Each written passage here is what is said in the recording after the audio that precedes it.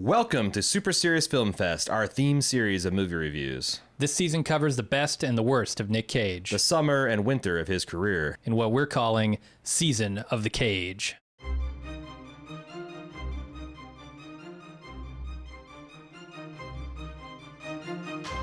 In a world where the nephew of Francis Ford Coppola is a respected actor with his grip on Oscar gold. Oh boy. Oh boy. Also in a world where that same actor regularly loses his shit. And owes millions in back taxes and alimony. While buying rare comics and dinosaur skulls.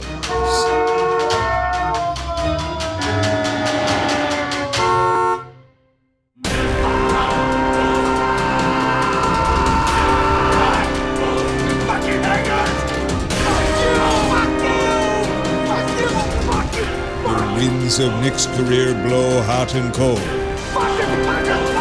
As we present Super Serious Film Fest's Season of the Cage. Hey everybody, we're here today to talk about The Rock. It's the 1996 Michael Bay directed action film starring Nicolas Cage and Sean Connery. What did you think of The Rock? The Rock is a really great 90s era action film. It's actually one of, it doesn't actually cover a lot of new ground. It just takes familiar action tropes and situations and stitches them together with just enough heart and believability to keep you engaged. And they also have one of the greater villain setups. Like this guy, General Hummel, is up there with Marvel's Magneto as this guy's got a point. Mm-hmm. And there's a lot of pathos. He's a Julius Caesar type that's eventually undone by his own men. He's defeated not by the good guys, but by the greed and avarice and callousness of his own side. So yeah. It's actually it's better than it has any right to be, because the setup, but that's also it's a brilliant conceit. It's a triumph of wedding a script particular point, a geographic point, and historical context. I think it's great. And Nick Cage is a great everyman that lets you just kind of insert yourself into this stereotypical masculine power fantasy. What do you think, Jim? Yeah, it's kind of shocking how good this movie is, given that it's directed by a man who up till then had made one feature film, which is also excellent. It's Bad Boys. He had a very extensive music video and commercial career. Got Right. Milk, Michael Bay.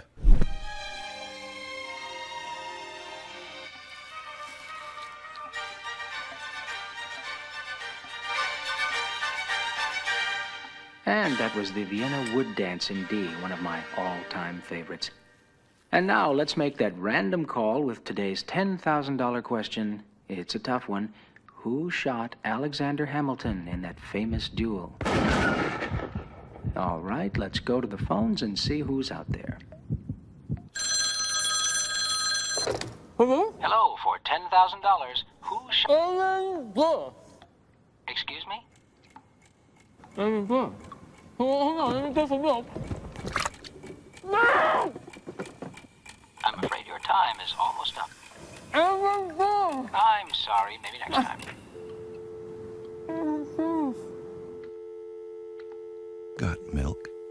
Yeah, he was kind of the go-to guy for some really cool music videos in the 90s and even before. But yeah, he really transferred well to the big screen. Bad Boys, I think, as his first film, his debut feature film direction, was awesome. He's able to keep a movie just pedal to the metal pretty much the entire time, and it didn't feel like too much. In subsequent years, I think Michael Bay has gone over the line with that. Yeah. But early in his career, he was able to blend action and drama and heart and suspense so seamlessly that it always kept me engaged. Transformers, what are you going to do? What are you going to do about Transformers? Teenage Mutant Ninja Turtles. Yeah. Like, where did the wheels fall off in the Michael Bay wagon? I think it's Transformers. I think it's honestly... What about Pearl Harbor? Because Armageddon. I love Armageddon. Pearl Harbor. Because I feel like Pearl Harbor is where he tried to make a good movie. Like, good in the way that Titanic is good, or good in the way that, like, Tales from Iwo Jima is good. Like, he tried to make something that would be fairly well regarded, not just as, like, oh, it's good for an action film, or it's good for...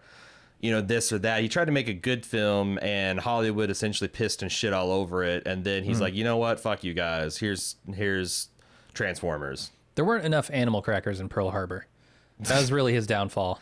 Yeah. But yeah, I mean, I'm a big early Michael Bay fan. Not so much his recent stuff. Right. Did he direct Armageddon too? Yeah. Okay, because that like was I the said, one. That was the follow up to this. He had a nice little run. Speaking of nice little runs, like this kind of launched Nick Cage's crazy action hero run. Like he parlayed this into a series like Con Air, Face Off, others that he's done. The Rock. The Rock. No, I mean, yeah, he's. I mean, he had like that Snake Eyes, and I mean, like where he was a man of action. Right. He went from being like, Raising Cain and Moonlighting, and like where he was like serious dramatic, or he was like a leading man, or kind of unconventional, quirky fellow, to where you put a gun in his hand. Like he plays he plays a special forces soldier. That's like his hands are deadly weapons in Con Air. It's laughable, but he does it. This movie has a credit / blame for that.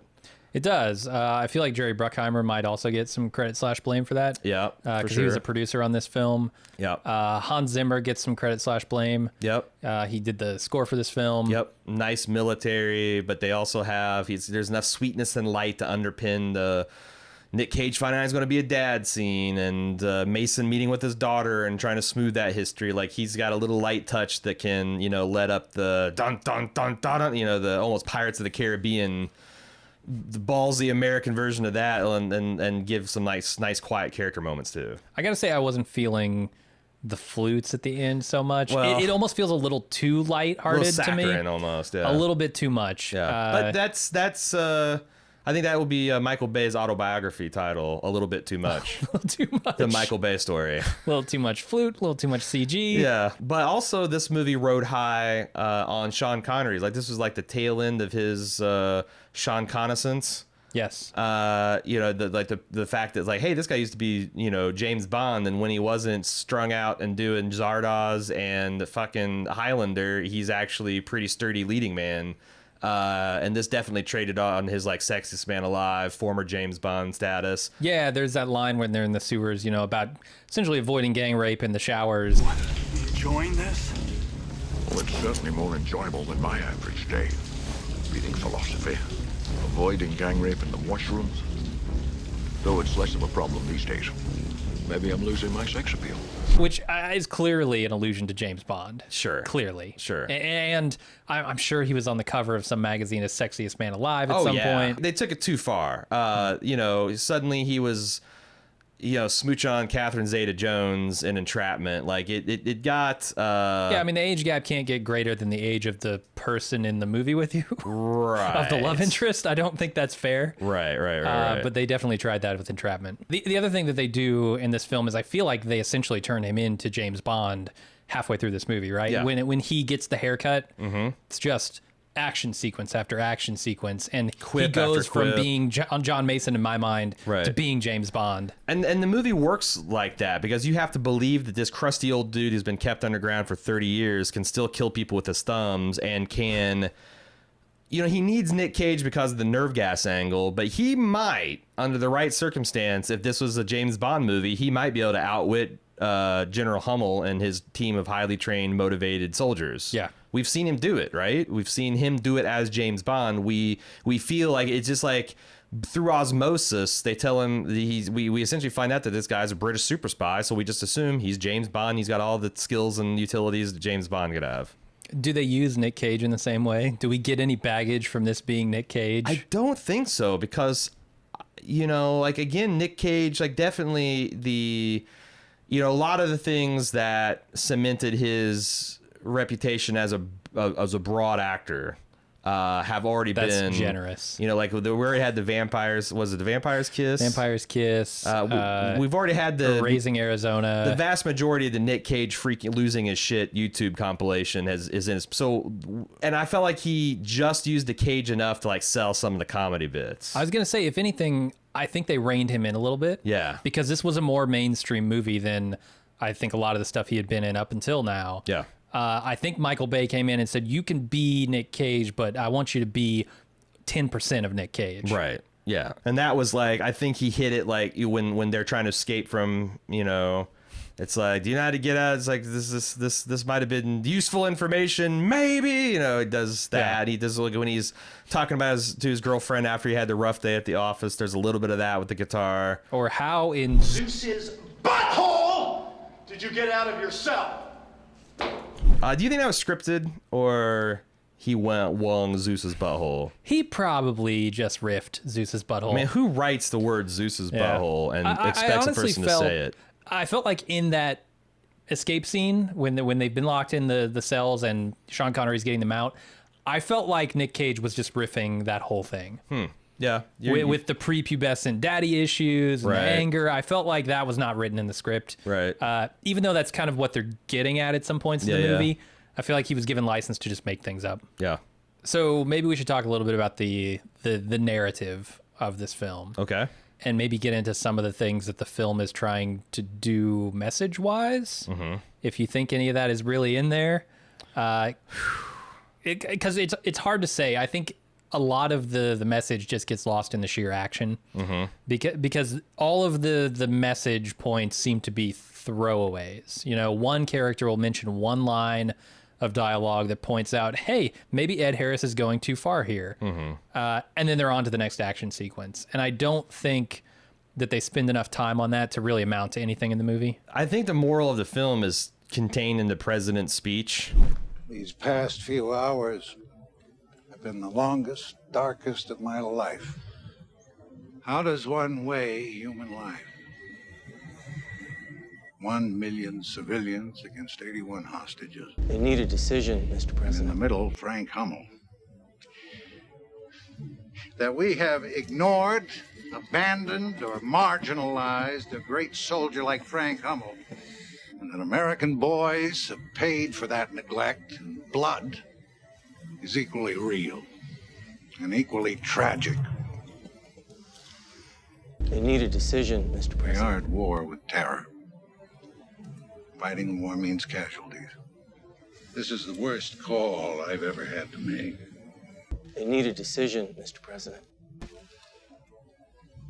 Airstrike approved. It's T-minus 1 minute. It's T-minus plus 1 minute from the deadline. Right. And they're like, you know, Mr. President, we actually needed a decision 5 minutes ago. Can we get one now? And he launches into this 10-minute, you know, Bill Pullman talking about Independence Day, like, oh, how did we come to this, and how sad it is that a man like, you know, General Hummel is forced to do this. How did they, you know? But I think that's the thing. Like, we have turned our back on these men and women who've served the country and done them dirty, and they use these skills and abilities that we trained them to then bring this to attention at the highest levels. Because I also think they did a very economical job of showing that Hummel, you know, they always say there's 4 boxes in the defense of liberty. It's the soapbox, ballot box, jury box, ammo box, and they use in that order. The movie's very careful to, like, you really are sympathetic to the General Hummel because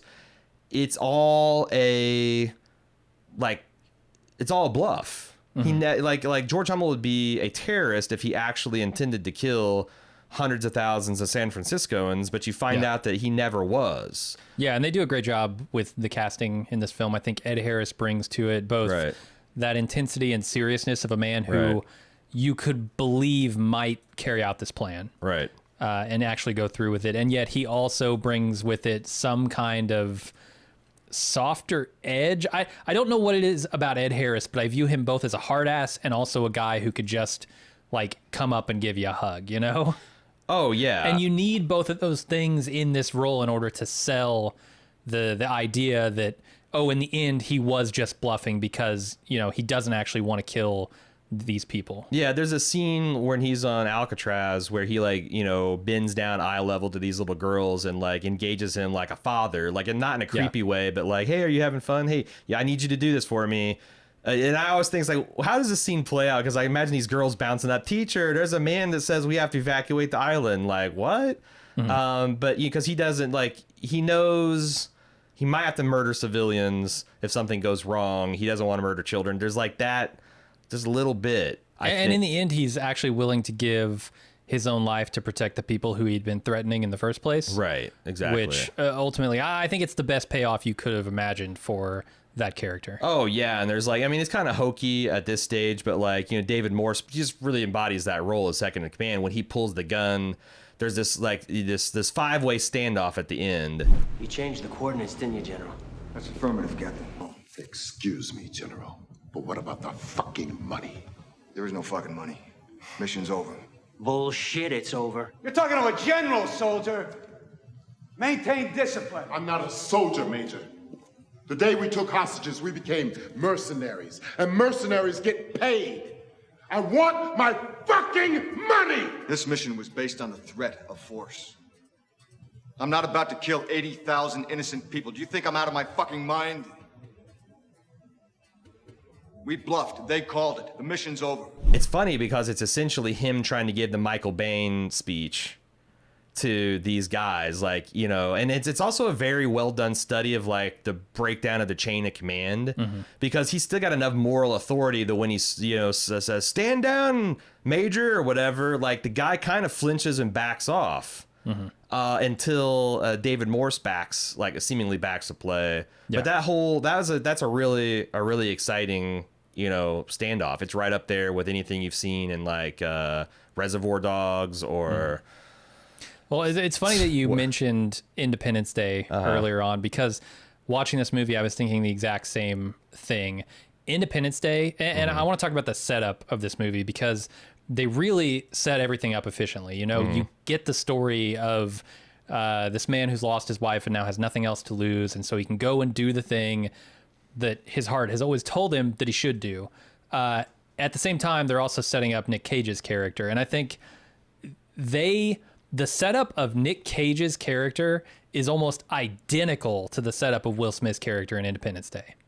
Almost identical. I mean, he's got the wife with the kid who he's got to go off and do this dangerous thing because he's been called upon for his country. Like, it's almost identically set up. And I can't help but think, you know, all of these action movies, I mean, there is a template. There is a template for setting up these action movies, and The Rock follows the same one that Independence Day does. Let's kick the tires and light the fires, Big Daddy. A lot of the movies like this get it wrong, where they have like a bumbling, hapless idiot that just nuts up at the end and finds competency. Yeah. Whereas Nick Cage, like, they show him in his theater of operations, in his world, in his universe, he's the best. Like that scene of him dismantling the sarin gas bomb as it's eating through his suit. 40 seconds! If that shoot melts, if you die, we all die! Inject your heart and then defuse the bomb! He, like, you know, stays calm and collected and disarms that bomb. And, you know, that comes back later in the film is like, yeah, he's not going to be able to necessarily manhandle a soldier, but he can blow one through a window with a rocket. He can, like, his most badass moment is patiently putting down this elegant string of pearls configuration in a rusty grate, and then being able to lurch to grab the one thing. Like, you know, it's a patience and control and confidence thing. It is, which, you know, dismantling bombs is all about that. There's the scene where, like, they're like, shoot the atropine in your heart and then continue to work on the and Nick Cage like, no. I mean, I guess because he's worried that it's going to make him convulse and all that. Yeah, that's what I was wondering, if the effects that we see in the final scene or the final moments of the film would have taken away so much time that he couldn't actually defuse it. Because if you look, and I think this is a brilliant action movie move, it avoids the cliche of defusing the bomb with 1 second. Yeah, there are 4 seconds left on the clock. He still had a good amount of time. Oh, yeah. But those 4 seconds probably would have been taken up with the shaking and the convulsing of the atropine. Sure. So, yeah, I think he wanted in that moment to give himself as much time as possible to defuse that. And he had the confidence to do so. And then, but it's weird because like when the Navy SEALs are like flying to Alcatraz, they try to give him the atropine needles, and he's like, he tries to wave it off, and they're like, don't fuck with me on this. And then at the end, when he like, you know, his defining heroic moment is when he plunges the atropine into his heart after he poisons the one dude. It's just, you might have it you're supposed to understand heart's the seat of courage, and he's finding his, you know, he's found his courage. This is essentially the Cowardly Lion getting his little heart award. They mess with you just enough in this movie too. I talked about the 4 seconds left on the clock, right? They sort of go at the end of this movie and do the exact opposite, which is to make him too late.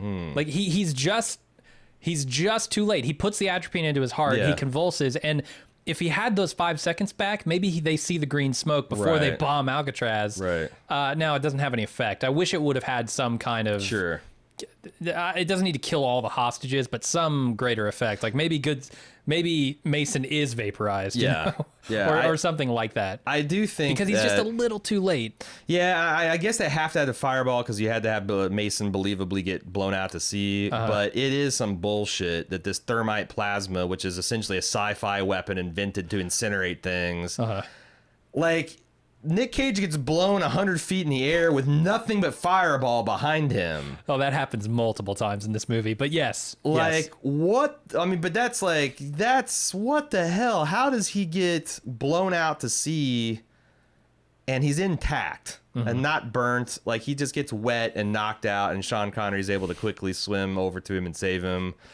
All good questions. I mean, but it's like, the thing is like this movie stays so grounded and believable, and you kind of like the performances are winsome and likable enough that you kind of look for ways to excuse. At least I do. I look for ways to excuse this film. There's some stuff I definitely don't like in this movie. I think somewhere in the middle of this action sequence, once they get to the rock and they're trying to get to all the rockets, they kind of lose the thread a little bit, or at least they lost me between. There's a shift where Ed Harris decides I need to kill these fuckers because they're threatening my mission, and they're not soldiers, they're not on our side, so fuck them. And he starts firebombing the sewers, right, and just trying to he as he puts it, take care of the rat problem, and he means kill them. And they start firebombing sewers with him in it, right? And then somewhere in the mix, and I can't quite pinpoint where it is, he must change his mind off screen and tell these people don't kill them, because when Nick Cage is dismantling the final or the second to last rocket, they rappel down behind him. They have a perfect shot on him, and they just kick him through a window. Right. And then they'd say, the boss wants you alive. You're lucky that old man Hummel wants your life. He's gonna take pleasure in gutting you, boy. I think that what was missed there is that Mason and Goodspeed haven't disabled the missiles. They've stolen their guidance systems. So they can't be launched at specific targets. So Mason wants to recover those guidance chips. Now, so that tracks, but what doesn't track is when Mason tells General Hummel, I think I just mistakenly referred to General Hummel as Mason. When General Hummel recovers Mason, and Mason says, "Oh, we destroyed those chips." I guess maybe there's a chance that he doesn't believe them, but he's not he just throws them in prison. I think the only thing you're supposed to understand there is, like, again, Hummel as core doesn't want to kill anyone. Like, he sees this as, But he's trying to kill them a scene earlier. He tried to kill him a scene earlier. Maybe you're supposed to understand those are the men his men are supposed to, like, maybe capture them and not kill them, because that's what I think he wanted to capture those Navy SEALs. Like, if those Navy SEAls would lower their weapons and allow themselves to be captured, none of them would have died. But then once he kills some of them, he decides to kill all of them. Yeah, you're right. I do think there's another cheesy moment, and I want to say that in 1996. 14-year-old me would have looked at this and been like, hell yeah, that was cool. It's the moment where they ask Nick Cage if he's ever been in a combat situation, and he says, "Define combat, sir." Yeah. And the guy whose name is Chad. Yeah, right. The guy whose name is Chad is zoomed in on as he's delivering this clearly absurdly pre-planned description of the mission that they're on. Define combat, sir. Chat? An incursion underwater to retake an impregnable fortress held by an elite team of U.S. Marines in possession of 81 hostages and 15 guided rockets armed with VX poison gas. It comes across as one of the dumbest things I've ever seen in film. You're supposed to understand that, but like, I think that was cool in 1996. It did, but I think it's just because you see it all the time. Like we've talked about this about like, what do you know? Like, they do this several times in film. Like, what do you know about sarin gas? Oh, invented in 1951 as a failed pesticide experiment. Like the Benedictine monks. It's a funny story. The champagne is. I'm like, shut the fuck up. No one would talk that way in that circumstance. No, especially it's over the top. Goodspeed. You know, like Goodspeed, who's intimidated a situation, like it's dumb. And like you're supposed to understand as Navy SEALs is preternaturally aware of his situation and how prepared they are to do anything. This guy can just rattle off in the instant. He's like the Rain Man for combat situations. Yeah. But you're right. It's when you see that the first time, it's like, damn, these guys are professional. Right. It's like these guys are serious motherfuckers. Like these guys are squared away and locked, cocked, ready to rock. And then you know that about Ed Harris's guys because you've seen them. It's a little bit of an anticlimactic that this team comes to loggerheads and the shootout's just a one-sided massacre. Yeah, I have some problems with the action and the way the Marines, I guess, are portrayed here because they have to look stupid at times in order to not kill Nicolas Cage and Sean Connery. Okay. And like there are scenes where clearly they could just kill them. Instead, they kick them through windows. Right. Instead, they have a fist fight. They shoot into the air, giving them warning that they're coming, giving them time to move and hide. They shout before they shoot when they have a perfect sniper position. Right. I wish they would not have made the Marines look incompetent in those very small cases. Like they're minor things, but overall it adds up to, I don't feel like the movie treated the Marines with the respect that it maybe should have. Yeah. And maybe they're doing that because these are the bad guys and they want them to look a little stupid. I think there's only like 2 bad guy Marines, those two colonels or majors that are underneath the ones that arrive on the helicopter. Everybody else, like, you know, it feels like they're, I don't know, following orders or whatever. Yeah. I really like General Hummel's speech. We have achieved our position through poise, precision, and audacity. To this we must now add resolve. We'll be branded as traitors, gravest capital crime, punishable by death.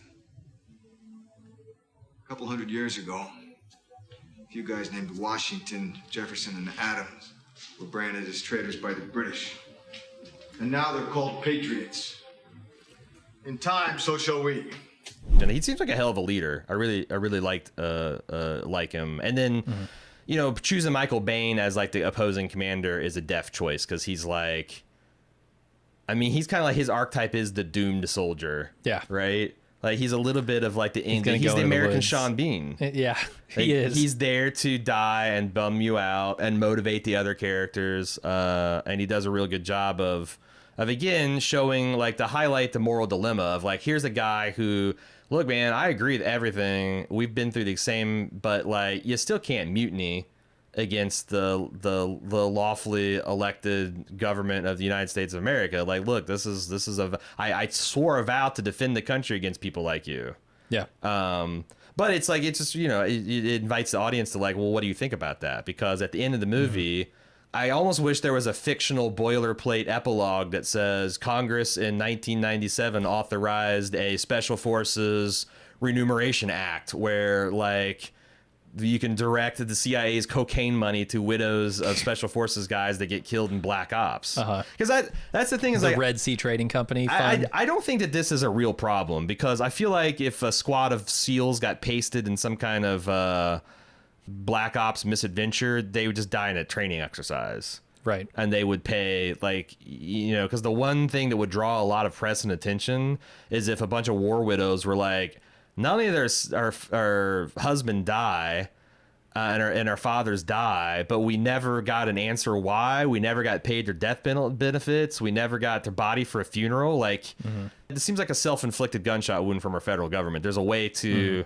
You know, just say they died in the training. Just make up something. Yeah. What do we think about Mason's relationship with his daughter? Okay, so the daughter, I think, is there to give Mason a reason to continue with the mission once it goes sideways.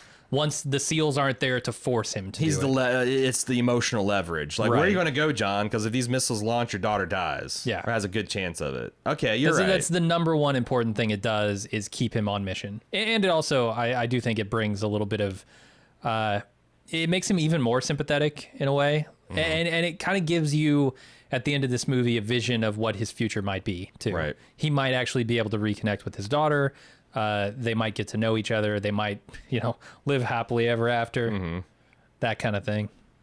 So let's talk about a couple of big moments that I really liked in this movie.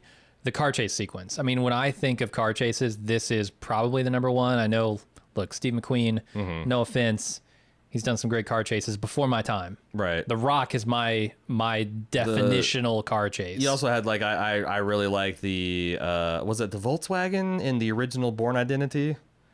That was like the car chase because it's I think like it was a Volkswagen. It's not muscle cars. It's just these little Euro Econo boxes tearing down the cobble streets of these. Italian Job. Right? Yeah, Italian Job's got a pretty good one. Some good ones, but this was Fast the and first Furious, one. obviously, that franchise. Yeah, Gone in 60 Seconds has a ton of them. Right.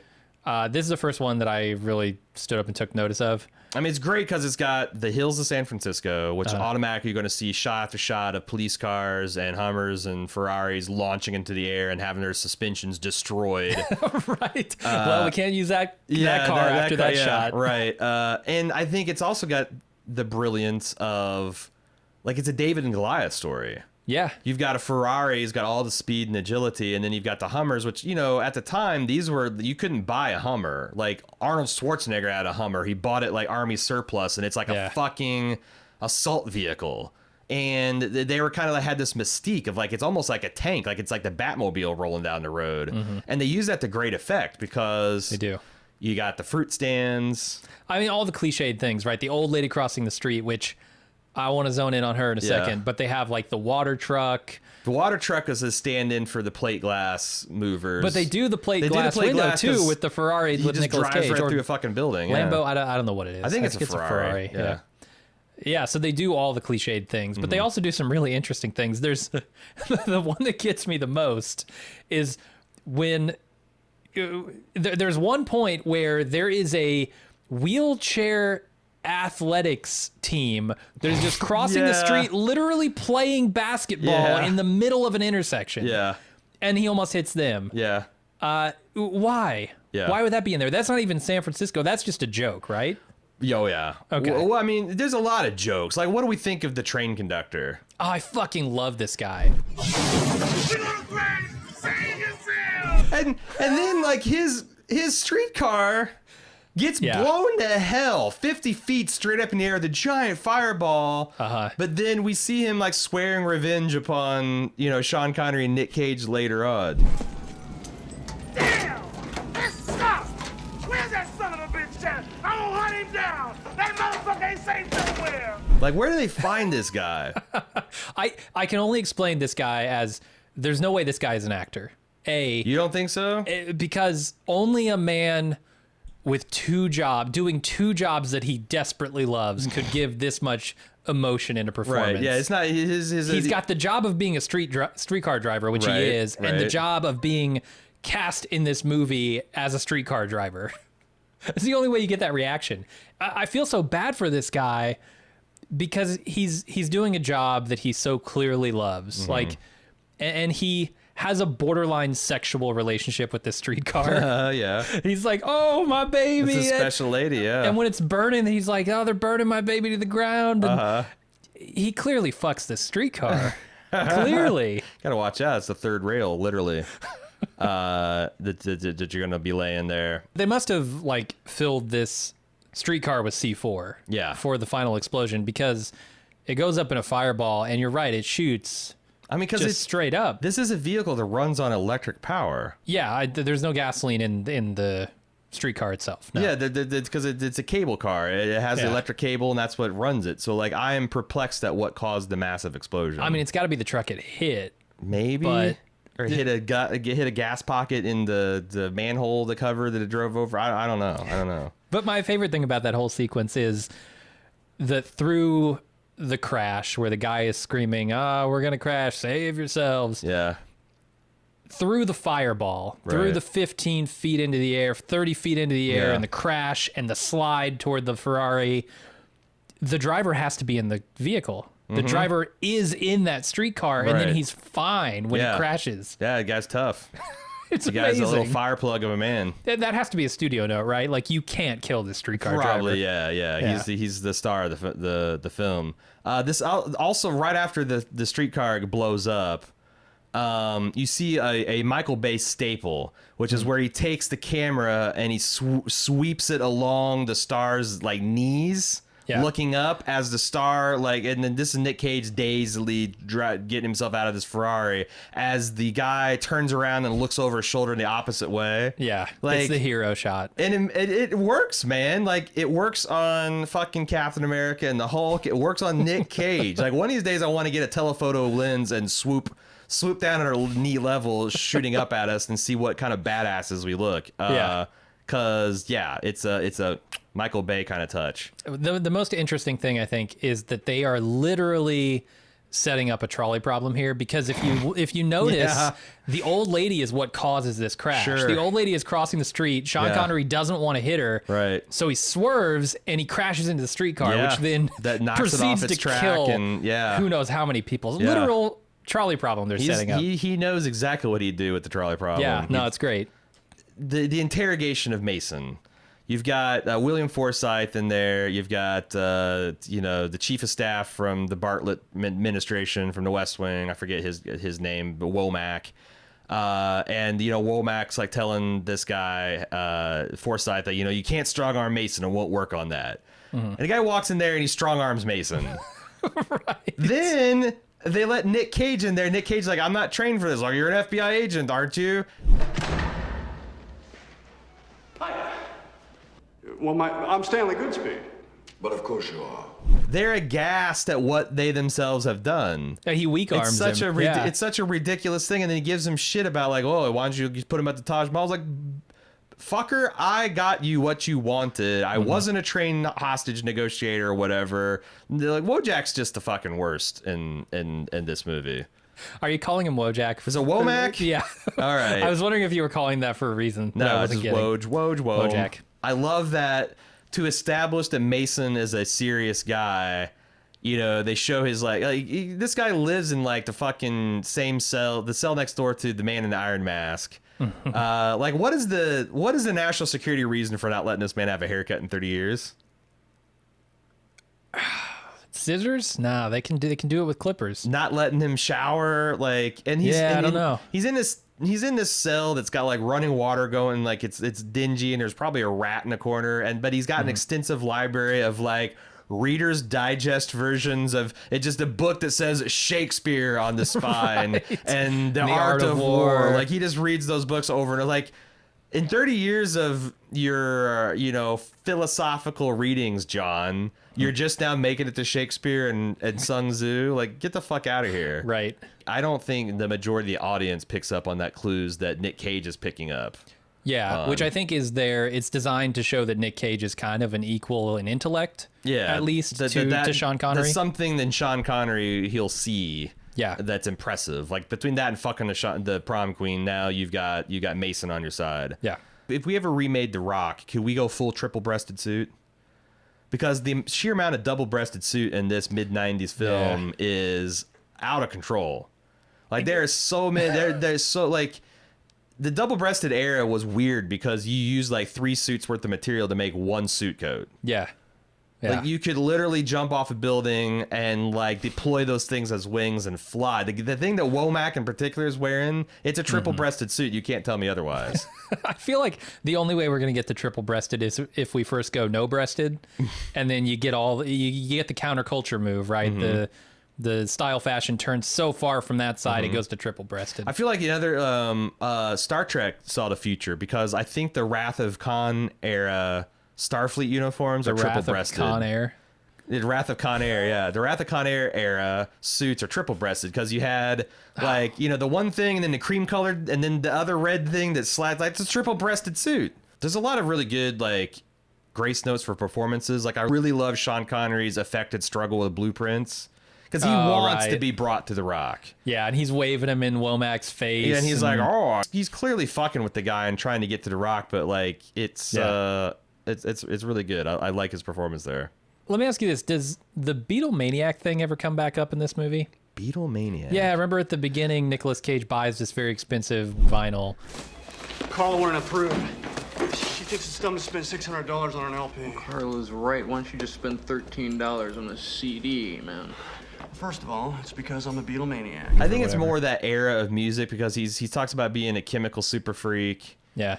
He talks about Elton John, the Rocket Man. It's like establishing his 70s era. 60s. So it doesn't come back as a Beatles reference. It's just more a like general he's a 60s, music 70s. fan. Yeah, of this soft ass music. Okay.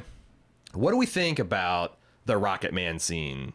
Do you like the Elton John song Rocket Man? I don't like soft ass shit. Well, I only bring it up because it's you. You're the Rocket Man.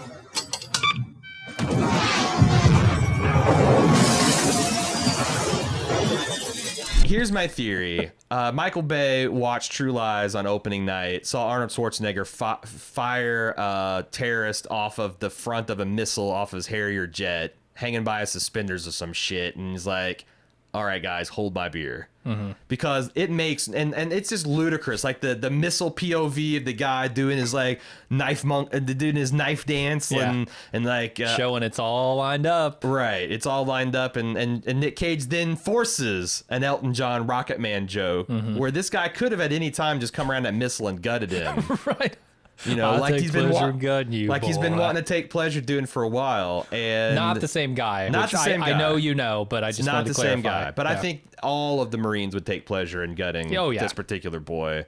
I don't know. And then it's so fucking over the top because he gets hit by this missile, blown out of the window, falls like 4 or 5 stories right onto a fence post where it impales him right square in the middle of the heart. That seems unnecessary. I'm telling you, he saw True Lies and he won the top Cameron. So it was cool though.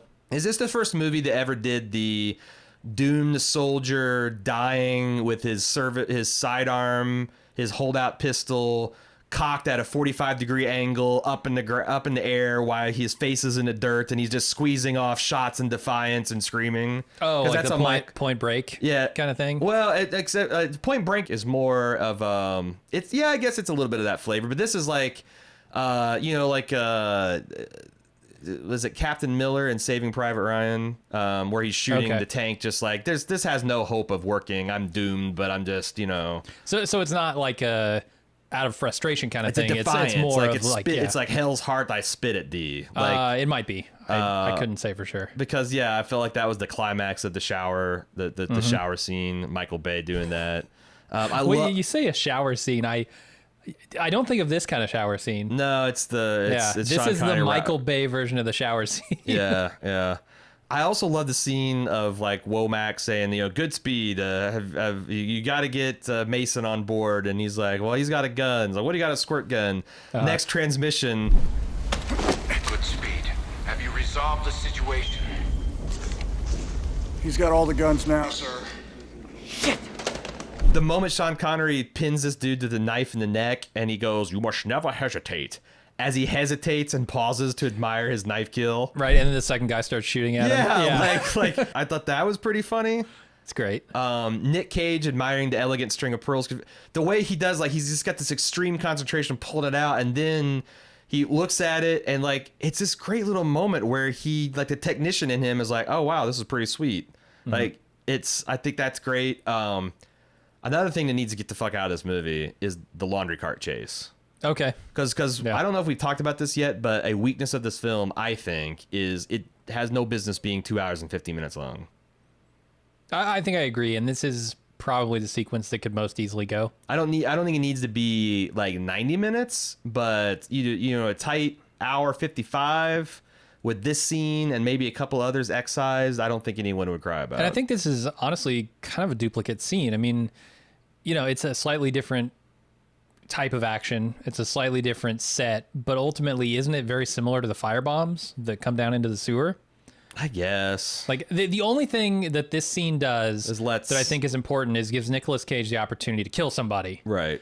Because he has to prove to Mason that he can keep up, that he can do this thing that at the beginning of the movie he very much couldn't do, which is kill somebody. It does, but I agree that's definitely a character beat that needs to be moved to another scene. Right. But first of all, I thought the laundry cart scene or whatever, the mining cart, like I didn't buy it because like I just don't buy that there's this vast cavernous bat cave system underneath the rock. Maybe what is that I'm wrong. used for?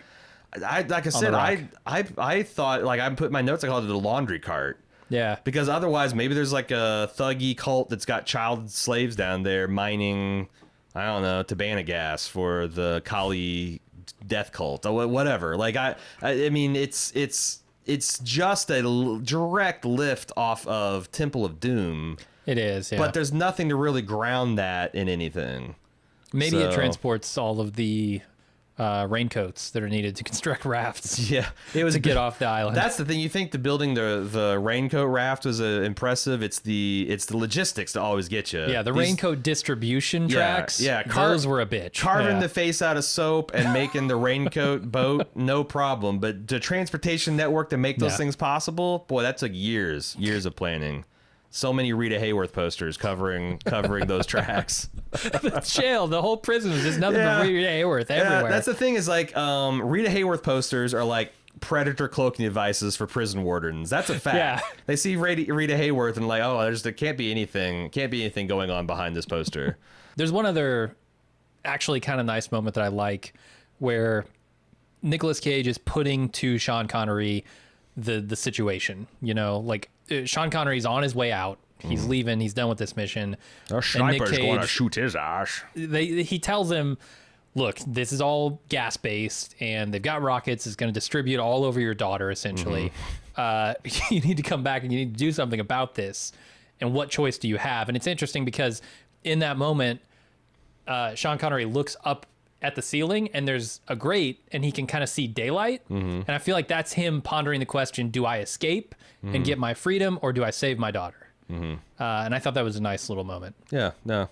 Again, there's the bones of this movie are just so much more substantial. Like when I compare this to something else, like Triple X, for example, even some of the later Fast and Furious movies where there's no good damn reason for them to be going all over the world except for, hey, this is an interesting back. The limitation of this single location, like, yeah, San Francisco is great, The Rock is great, but like, you know, there's not that many of like places where this can sustain this many actions. Like even Indiana Jones has to go 3/4 of the way around the globe to get into different, like, you know, to get to the plane and get to the caves and get to the ancient ruins and cross. Like he's got to try. Like this is all contained within 10 square miles of San Francisco. Yeah, pretty amazing. And like the concept and script are pretty brilliant. Like they don't roll something like The Rock off the assembly line that often. Season of the Cage. We hope you've enjoyed our Super Serious film review, but we're not quite done yet. A staple of our Super Serious reviews is our attempts to rewrite, update, and modernize the movies we watch. If you want to see how the rewrite for this movie turned out, head to club.baldmove.com or click the link in this video to sign up and get access to this and other bonus club content.